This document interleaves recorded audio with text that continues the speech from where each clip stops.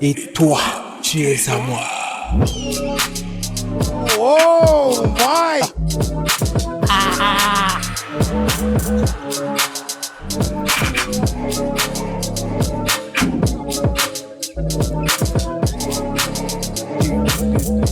Salut à tous, on se retrouve pour une nouvelle vidéo. Aujourd'hui, on va parler de deux habitudes qui ruinent votre danse, qui vous empêchent de pouvoir évoluer et de pouvoir pleinement exploiter votre potentiel pour pouvoir avoir des meilleurs rounds en compétition. Deux habitudes qui sont très importantes et car ces habitudes vous empêchent de pouvoir développer votre propre potentiel. Tout d'abord, on va voir la vidéo et après, on parlera de ces habitudes-là parce que c'est très important. Ce passage pour moi, c'est le meilleur passage de Larry en 2025. C'est le meilleur passage. Le meilleur round d'une compétition pour l'année 2025. Donc, Hall of Fame, ce passage-ci. Donc, on va voir le passage ensemble. Et puis, je vous parlerai de ces deux habitudes qui ruinent votre style de danse. Let's go. Et toi, Tu es à moi. oh my!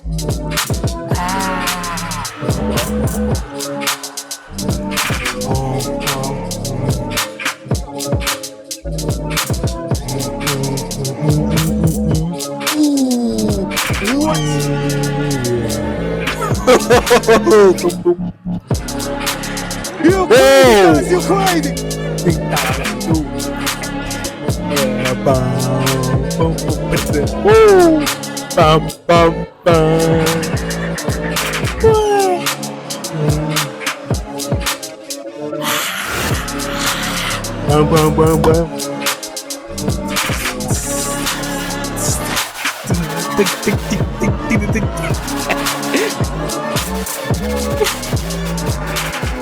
Dis-moi en commentaire, ça c'est le meilleur passage de l'année 2025.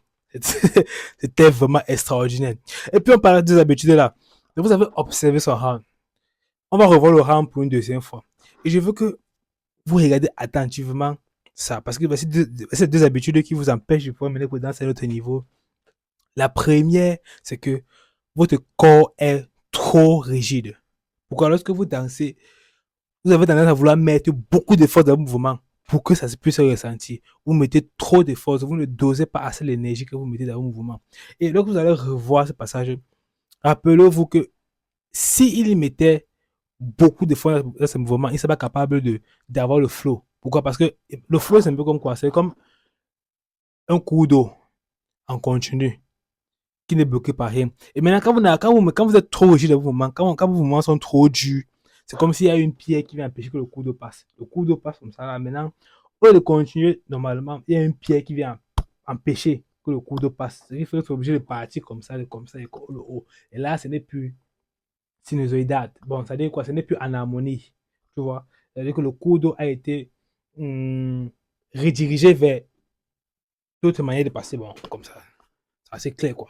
Maintenant, le flow, c'est un peu comme ce cours d'eau tranquille qui continue sa route. Et lorsque tes mouvements ne sont pas précis, tes mouvements sont trop durs, parce que tu ne sais pas qu'il faut savoir doser ces mouvements, c'est un peu comme si ton flow se heurte à une pierre.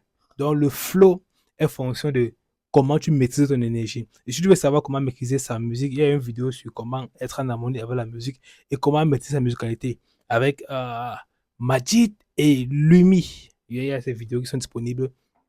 Donc, la première, c'est ton corps est beaucoup trop rigide. La deuxième, c'est que tes mouvements sont trop durs. Donc, c'est un peu différent. Tes mouvements ne sont pas précis. Pourquoi? Parce que tu veux faire des grandes choses. Tu veux faire des grands mouvements.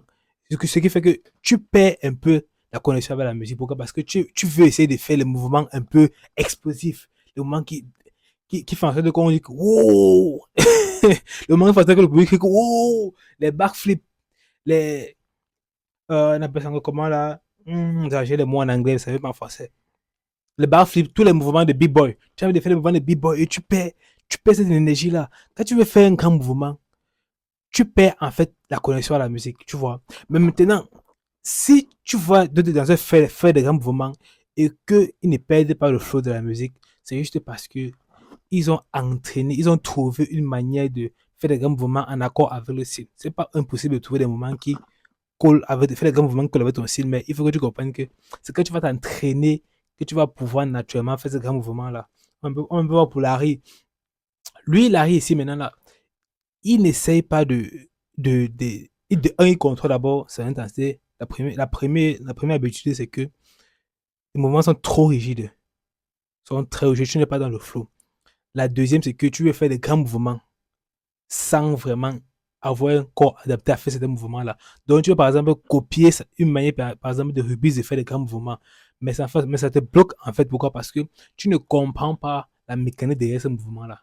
Tu veux faire le mouvement parce que tu veux faire le mouvement. Mais en fait, il y a une mécanique derrière ce mouvement-là. Une manière de bouger. Il y a un moment précis à faire ce mouvement-là. Tu vois? Alors, ce sont les deux habitudes qui te bloquent. Maintenant, tu vas voir, on va revoir le passage de Larry, si tu vas revoir que il fait des grands mouvements, mais dans le flow de la musique. Il fait des mouvements. Tu as l'air que les mouvements sont. Non, ça n'a pas l'air rigide en fait. Il fait des gros mouvements. Tu vois, des mouvements comme. Vous allez voir. Des mouvements qui impactent, tu vois, mais dans le flow avec la musique. Parce qu'il est connecté avec la musique. Il est en harmonie avec la musique. On va revoir la vidéo et vous allez comprendre plus facilement. Larry up. Tu es à moi. Oh, Mike.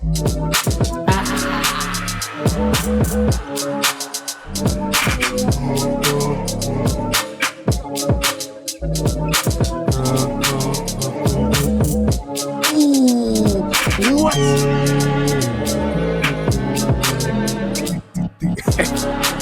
You crazy, guys, you crazy. Hey. Bum, bum, bum.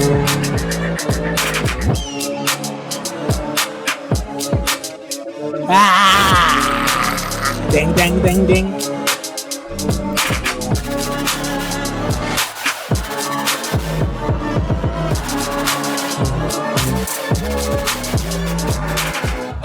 C'est super, c'est super. Bon, rappelez-vous, première habitude qui vous empêche de progresser, c'est vous voulez faire des mouvements, votre corps est rigide parce que vous voulez faire des mouvements trop puissants, tu vois, qui n'est pas adapté avec la musique parce que vous avez vu un autre danseur faire, vous voulez faire, sans comprendre la mécanique derrière le mouvement là.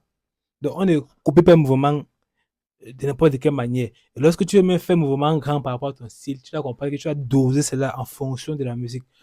Ça n'a pas avoir l'air rigide beaucoup parce que ça va bloquer ton flow. Si ton mouvement a l'air rigide, ça bloque le flow. Ta manière de bouger va être, ne va pas être en rythme.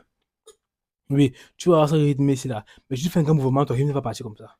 Fais un grand mouvement, ton rythme revient doucement. Donc, tu vois que la danse, quand on commence à danser, vous allez voir ça. Il y a une de mes vidéos, apprendre à danser avec Majid. Majid, c'est Majid ou Alex the Kitsch. La danse, c'est quoi? C'est que. Ah non! C'est avec. J'ai l'image en tête, mais ça va venir. Quand tu commences la danse, c'est comme si tu commençais comme ça, à ce niveau. Donc, tu dois continuer comme ça. Garder le même rythme. Le mi, c'est avec le mi. Là, tu commences la danse, tu commences avec un rythme. Tu gardes le rythme jusqu'à la fin. Pour l'arrière, il a commencé avec un rythme fort. Déjà, mais il ne fait pas de mouvements rigides. Ces mouvements sont comptés parce que avec la musique. Voilà, c'est plus ça. Quand tu commences avec un moment, tu finis jusqu'à la fin avec la même manière de bouger. Voilà. Si vous voulez voir le battle, pas le battle en fait, c'est un petit battle quand même en fait. Les Twins à Jordan Fighter Battle 2024 in China, in Shanghai plus précisément. Tapez juste Jordan Flight Battle 2024, les Twins. Vous allez voir la vidéo. Et n'hésitez pas à regarder ma chaîne, il y a d'autres vidéos comme ça sur comment améliorer son niveau de danse pour passer à un autre niveau. Plusieurs vidéos qui sont très très importantes pour vous permettre d'arriver à un autre grand niveau. On se voit pour une prochaine vidéo. Ciao, ciao, ciao, ciao.